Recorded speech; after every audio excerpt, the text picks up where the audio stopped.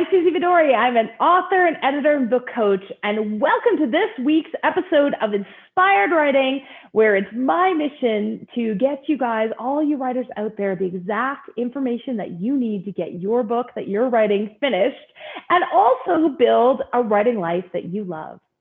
So today, we're going to talk about the top 5 signs that you will be a successful writer.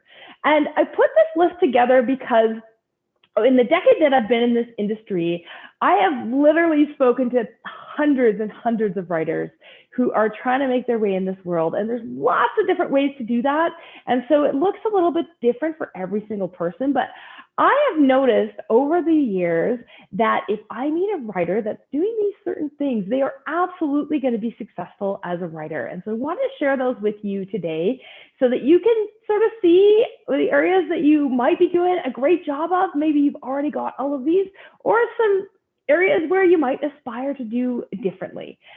My question for you, and maybe your question for yourself, is have you got what it takes to be a successful writer in this crazy, crazy business? Make sure you hang out till the very end of this video where I will share with you how to get some more resources on next steps that you can take to take your writing level or writing life to the next level.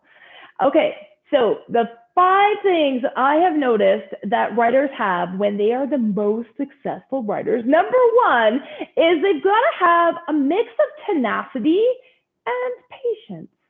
Now that was kind of weird, right? Because tenacity literally means like never stopping, keep going, and patience is kind of the opposite.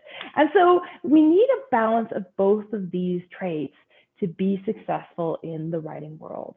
So tenacity means that you're going to get out there, you're going to keep trying. If something doesn't work, you're going to try again. You're going to, be a little bit more aggressive or assertive at least. And so the writers that I meet that look like this, they might be potential clients or other writers that I talk with that don't give up, right? They contact me, they follow through, they say, I want to do this. Those guys I know have that tenacity that it takes to be a writer. But we need to balance this with a little bit of patience. This is not a fast industry. It is certainly the slowest industry I've ever worked in. For those of you guys who know me, I was a business executive for 20 years. I worked in technology, I worked for the government. I also worked in manufacturing. Writing is not like any of those. It is completely different. And sometimes you just have to bide your time, right? Things take time. It takes time to develop relationships with readers. It takes time for that book that's in your brain to bubble up and come together and for you to be able to make all those connections and finish it in a way that really, really fulfills that dream book that you've got in your head. So a little bit of patience and patience with how quickly that the industry moves.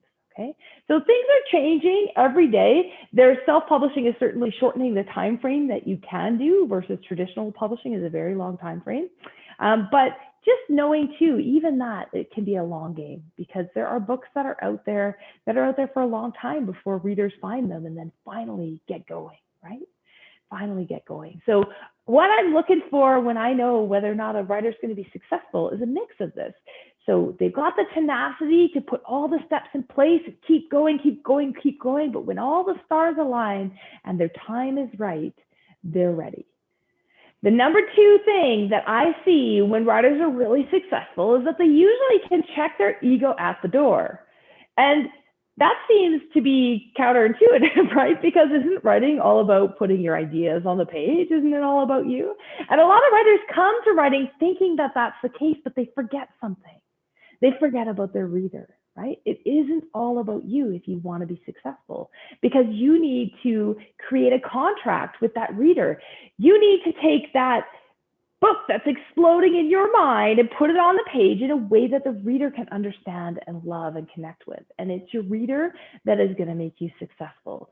So if you go through and don't worry about, well, I want to do it this way because I want to do it, and don't listen to where the readers are at or what the reader wants or is what the reader is connecting with, then you're not going to be as successful as you could be for sure. And that leads me into number 3, which is seek help. So the writers who are the most successful actually seek help. So that myth of that writer that went and wrote a novel all by themselves in a cabin in the woods or wherever your muse lives, it's a myth, right? Not many writers write that way. In fact, seeking help, because you can't do this alone. You need that reader feedback. You need to make sure that you've actually created that magic, that you've actually created that communication between the idea that's in your mind and your reader. And to do that, you need other humans involved. So seek help, build community, get it out there. So, and when I see people doing this, they are almost always going to be successful. Number 4, and this is a biggie, guys, and this is one that is really, really important because writing is not the easiest thing that you were ever going to do. It just isn't, but you need to have a burning passion for your message. You need to be excited, because if you're not excited about this idea that you've got, this book that you're writing, your reader won't be excited either, and your book is going nowhere, right? So those writers that have passion right from the get-go, enough passion to fuel them through this grueling process of getting a book down on the page, doing the work, doing the editing, and getting everything done, you got to have a lot of passion to fuel this. So I'm always looking for that to figure out if somebody's going to make it, right? And number 5, those writers who are willing to invest their time, their money, and their energy to learn the craft of writing are the ones who invariably are the most successful, hands down. Writers can come from any background, so you don't need to have, any type of university degree or anything like that. But because you come from any background doesn't mean that you don't have to learn, right? Doesn't mean that you don't have to learn the craft of writing. And so many writers, newer writers, come into this industry and just expect to be able to sit down and to write something and for it to be good.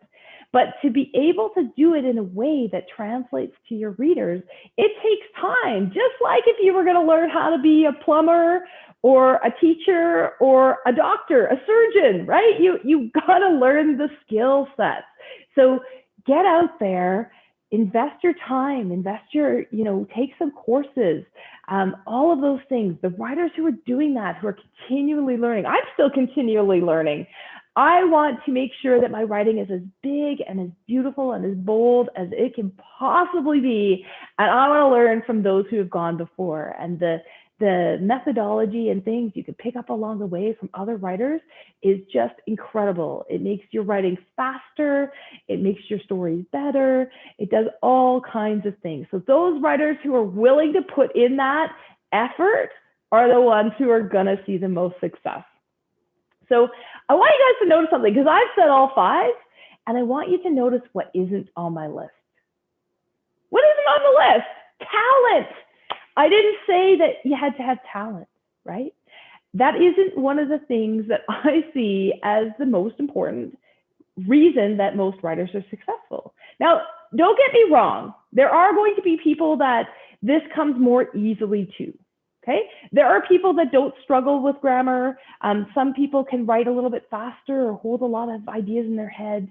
All of those things, that's true. There are different levels that you're going to come into this. Remember, I said people come in from different backgrounds, right? And if grammar isn't your thing, then find a strong editor, right? Find a strong editor that can help you get that book out there in the way that you want. But don't let it stop you from taking that big idea and putting in the work and doing it as best as you can and get some support along the way. Don't let it stop you from telling your story, okay? So if you have these 5 things already, then I can absolutely almost guarantee you, if you keep at it, you will be successful. Whatever your goals are, and they're going to be different for everybody, whatever your goals are in writing, you're going to achieve them if you've got these 5 things. And if you're not quite there yet on a few of them, maybe this is a good wake-up call for you to start working on them. If you want to check out the blurb that is with this video, so it should be right where you're watching this video, there will also be a download there. And that is some tips and tricks and some next steps for you, no matter what stage of the writing journey you're at, some next steps so that you can continually improve your writing, right? So I'm already getting you on your way to number 5, which is to invest that time and energy and learning. If you love inspired writing and this talk was helpful to you, then please make sure you subscribe so that you never miss an episode. You can get it through my weekly Inspired Writing newsletter, or you can subscribe on YouTube or wherever you listen to podcasts. So until next time, happy writing.